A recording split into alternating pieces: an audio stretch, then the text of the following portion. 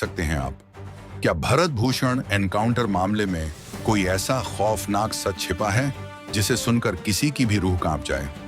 आखिर सूत्रों के हवाले से जो रोंगटे खड़े कर देने वाली खबर आ रही है कि खौलते तेल में जिंदा जला जैसी बर्बरता की बातें की जा रही हैं, फिर मोदी जी का सख्त आदेश जो कि निकाल कर आ रहा है, क्या है इसमें, कितनी सच्चाई है? और इस पूरे मामले में ऐसा कौन सा नया मोड़ आ गया है जिसने दिल्ली से लेकर पूरे प्रशासनिक महकमे तक हड़कंप मचा दिया है? क्या वाकई इसके पीछे कोई ऐसी खौफनाक हकीकत है जिसे छुपाने के लिए तंत्र ने अपनी पूरी ताकत झोंक दी थी? आखिर क्यों इस मामले को लेकर देश की सर्वोच्च अदालत से लेकर आम जनता तक में भारी उबाल देखा जा रहा है? क्या खाकी वर्दी के पीछे छिपे कुछ लोगों ने सच में कानून को अपनी जागीर समझ लिया था और खुद को संविधान से ऊपर मान बैठे थे?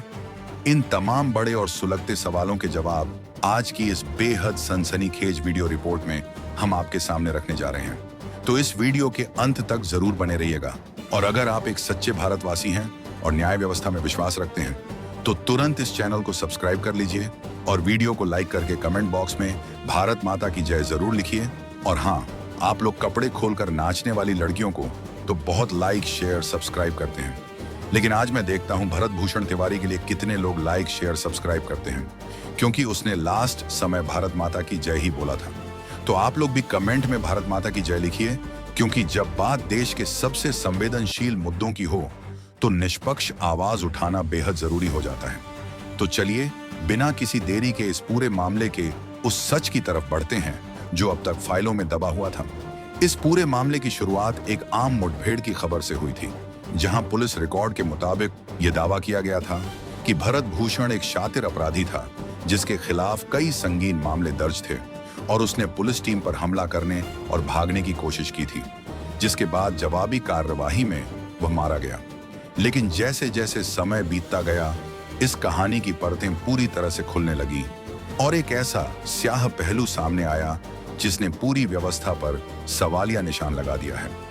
सूत्रों के हवाले से यह सनसनीखेज खबर निकल कर आ रही है कि सोशल मीडिया पर वायरल हुए कुछ वीडियो और चश्मदीदों के बयानों ने पुलिस की शुरुआती थ्योरी को पूरी तरह से कटघरे में खड़ा कर दिया है। वीडियो में साफ देखा जा सकता है कि घटना के वक्त युवक पूरी तरह से निहत्था हो चुका था और वह आत्मसमर्पण करने की कोशिश कर रहा था, लेकिन इसके बावजूद उस पर बेहद करीब से गोलियां चलाई गईं। पोस्टमार्टम रिपोर्ट और फॉरेंसिक जांच के जो तथ्य सामने आए हैं, उन्होंने यह साफ कर दिया कि मामला वैसा नहीं है जैसा पहली नजर में दिखाने की कोशिश की गई थी। इस पूरे मामले को लेकर आम जनता के बीच भारी आक्रोश है और लोग सोशल मीडिया से लेकर सड़कों तक अपनी तीखी प्रतिक्रियाएं दे रहे हैं। लोगों का कहना है कि जिस तरह से देश में एनकाउंटर की संस्कृति बढ़ती जा रही है, वह कानून व्यवस्था के लिए एक बड़ा खतरा है। लोग सोशल मीडिया पर लगातार यह अपील कर रहे हैं कि किसी भी नागरिक को, चाहे उस पर कोई भी आरोप क्यों ना हो, इस तरह से सरेआम मौत के घाट नहीं उतारा जा सकता। जनता का यह भी कहना है कि पुलिस को कानून अपने हाथ में लेने का अधिकार किसने दिया? और अगर इसी तरह सड़कों पर ही फैसले होने लगे तो फिर देश की अदालतों और संविधान का क्या मतलब रह जाएगा? इस पूरे मामले में एक वीडियो ने आग में घी का काम किया है, जिसमें दिख रहा है कि भरत भूषण ने अपनी पिस्तौल फेंक दी थी और वह आत्मसमर्पण करने की कोशिश कर रहा था। इसी वीडियो के आधार पर लोग पुलिस प्रशासन के खिलाफ हत्या का मुकदमा दर्ज करने और दोषी पुलिस कर्मियों को सख्त से सख्त सजा देने की मांग कर रहे हैं। जनता की मांग है कि इस पूरे मामले की जांच केंद्रीय अन्वेषण ब्यूरो यानी सीबीआई से कराई जाए, ताकि पुलिस के अधिकारी अपने साथियों को बचा ना सके। ग्रामीण और देश के कोने कोने से लोग ये कह रहे हैं कि भरत भूषण कोई पेशेवर अपराधी नहीं था, बल्कि वह तो बाढ़ पीड़ितों के पुनर्वास और उनके हक के लिए आवाज उठा रहा था और प्रशासन की नाकामियों को उजागर कर रहा था। इसी वजह से उसे रास्ते से हटा दिया गया। लोग यह भी सवाल उठा रहे हैं कि एक दिन पहले पुलिस जिस युवक को मानसिक रूप से अस्वस्थ बता रही थी और कह रही थी कि उसे इलाज के लिए अस्पताल भेजा जाएगा, उसे अगले ही दिन गोलियों से क्यों भून दिया गया? लोगों का गुस्सा इस बात पर भी है कि पुलिस ने पहले तो अपनी नाकामी छिपाई और बाद में अपनी खाल बचाने के लिए आत्मरक्षा का झूठा ताना बाना बुन लिया। इस मामले में लोग प्रधानमंत्री से लेकर सुप्रीम कोर्ट तक से न्याय की गुहार लगा रहे हैं और सोशल मीडिया पर जस्टिस फॉर भरत भूषण का ट्रेंड चलाया जा रहा है, जिसमें लाखों लोग शामिल होकर तंत्र की इस बेरहमी के खिलाफ अपनी आवाज बुलंद कर रहे हैं। लोगों का कहना है कि यह एक फर्जी मुठभेड़ है और इसकी निष्पक्ष जांच के बिना इस देश के लोकतंत्र पर से लोगों का भरोसा उठ जाएगा। इस पूरे मामले को लेकर अदालती गलियारों में भी भारी हलचल देखी जा रही है। जैसा कि कानूनी दस्तावेजों में भी दर्शाया गया है कि अदालत का हथौड़ा और सलाखों के पीछे खड़े आरोपी पुलिसकर्मी इस बात का गवाह हैं कि न्याय की प्रक्रिया कितनी गंभीर हो चुकी है। निचली अदालत ने जब इस मामले के 4 मुख्य आरोपी पुलिसकर्मियों को दोषी ठहराते हुए बेहद सख्त रुख अपनाया तो पूरे प्रशासनिक महकमे में हड़कंप मच गया। हालांकि अब इस मामले में ऊपरी अदालत में एक विशेष अपील दायर की गई है, जिसे हम कोर्ट अपील के रूप में देख रहे हैं। बचाव पक्ष के वकीलों का यह तर्क है कि पुलिसकर्मियों ने यह सब कुछ अपनी ड्यूटी के दौरान आत्मरक्षा में किया था और उन पर दबाव बनाया जा रहा है। लेकिन दूसरी तरफ पीड़ित परिवार और मानवाधिकार कार्यकर्ताओं का साफ तौर पर कहना है कि यह आत्मरक्षा का नहीं बल्कि खाकी की आड़ में अंजाम दिया गया एक सोची समझी साजिश का हिस्सा था, जिसके तहत एक उभरते हुए सामाजिक कार्यकर्ता की आवाज को हमेशा हमेशा के लिए दबा दिया गया, क्योंकि वह स्थानीय स्तर पर फैले भ्रष्टाचार और रसूखदारों के काले कारनामों को उजागर कर रहा था। जैसे जैसे यह कानूनी लड़ाई अपने अंतिम पड़ाव की तरफ बढ़ रही है, देश भर के लोगों की नजरें इस बात पर टिकी हैं कि क्या सुप्रीम कोर्ट इस मामले में कोई ऐतिहासिक नजीर पेश करेगा। जनता का गुस्सा इस बात को लेकर है कि अगर रक्षक ही भक्षक बन जाएंगे तो आम आदमी का भरोसा इस पूरे सिस्टम से उठ जाएगा। सोशल मीडिया पर एक बहुत बड़ी मुहिम चलाई जा रही है, जहां लोग लगातार ये मांग कर रहे हैं कि इस पूरे मामले की जांच किसी स्वतंत्र केंद्रीय एजेंसी से कराई जाए, ताकि स्थानीय पुलिस अपने साथियों को बचाने के लिए साक्ष्यों के साथ कोई छेड़छाड़ ना कर सके। इस पूरे घटनाक्रम ने देश में बढ़ती एनकाउंटर संस्कृति पर भी एक बहुत बड़ा बहस छेड़ दी है कि क्या त्वरित न्याय के नाम पर पुलिस को किसी की जान लेने का अधिकार दिया जा सकता है। अदालत ने भी अपने कई फैसलों में यह साफ किया है कि हर नागरिक को कानून के समक्ष अपनी बेगुनाही साबित करने का पूरा अधिकार है और किसी भी स्थिति में फर्जी मुठभेड़ों को सही नहीं ठहराया जा सकता। अब देखना यह होगा कि आने वाले दिनों में हाई कोर्ट और देश की सबसे बड़ी अदालत इस मामले में क्या अंतिम फैसला सुनाती है और क्या पीड़ित परिवार को वह इंसाफ मिल पाता है जिसकी उम्मीद में वे सालों से अदालत के चक्कर काट रहे हैं। इस पूरे मामले पर आपकी क्या राय है, हमें कमेंट बॉक्स में जरूर बताएं।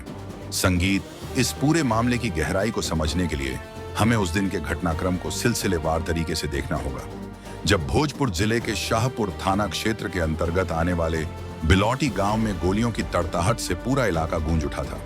पुलिस का अपना एक अलग दावा है जो वह शुरू से ही करती आ रही है।